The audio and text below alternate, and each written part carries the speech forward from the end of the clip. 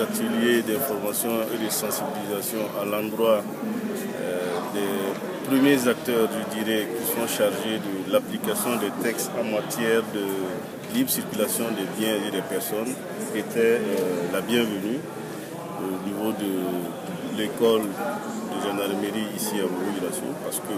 c'est les premiers acteurs au front, que ce soit au niveau des frontières, pour constater et appliquer vraiment les textes en matière de libre circulation des biens et des personnes. Donc je pense que cet atelier, qui n'est pas une première à l'école ici, doit être perpétré chaque fois que la nécessité ou le besoin se fait sentir, afin d'outiller tous les acteurs de la chaîne, surtout ceux qui sont en première ligne pour faire respecter ces textes-là,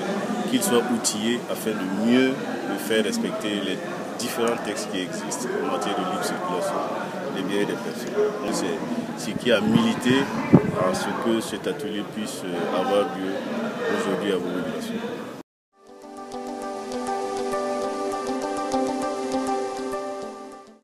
Cet atelier a un intérêt que nous ne pouvons pas ici estimer parce qu'en tant qu'agent chargé du contrôle aux frontières ici, les axes routiers, il a été dit quelque part que la libre circulation des personnes et des biens est le fondement de l'intégration régionale. Alors, en tant que personne chargée des contrôles, il faut qu'eux-mêmes ils sachent quels sont les textes qui gouvernent ces contrôles pour pouvoir les mettre en application convenablement. Il est d'autant plus important que ces stagiaires, qui sont des stagiaires du brevet supérieur de qualification de gendarmerie, qui seront postés en des zones ou alors à des niveaux de responsabilité assez élevés, puissent avoir des connaissances en matière d'intégration, en matière de libre circulation des personnes et des biens, pour eux-mêmes et pour les hommes qu'ils sont chargés d'encadrer dans l'exercice de leurs fonctions de gendarmes dans leurs postes respectifs. Donc, dire qu'on peut évaluer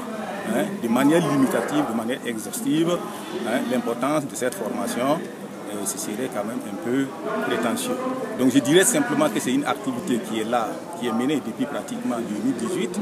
et que c'est devenu un partenariat. On est preneur. Si on peut évoluer dans ce partenariat, je voudrais simplement que le ministère de l'intégration africaine et des besoins de l'extérieur fasse en sorte que plusieurs années à venir, nos stagiaires puissent quand même être mieux outillés avec l'évolution des textes qui sont changeants pour qu'ils puissent donner une contribution significative à l'application de ces textes. En tant que force de défense et de sécurité, ce sont des acteurs de sécurité, ils sont aussi des acteurs d'intégration, ils sont aussi des diplomates et ils sont des acteurs de développement.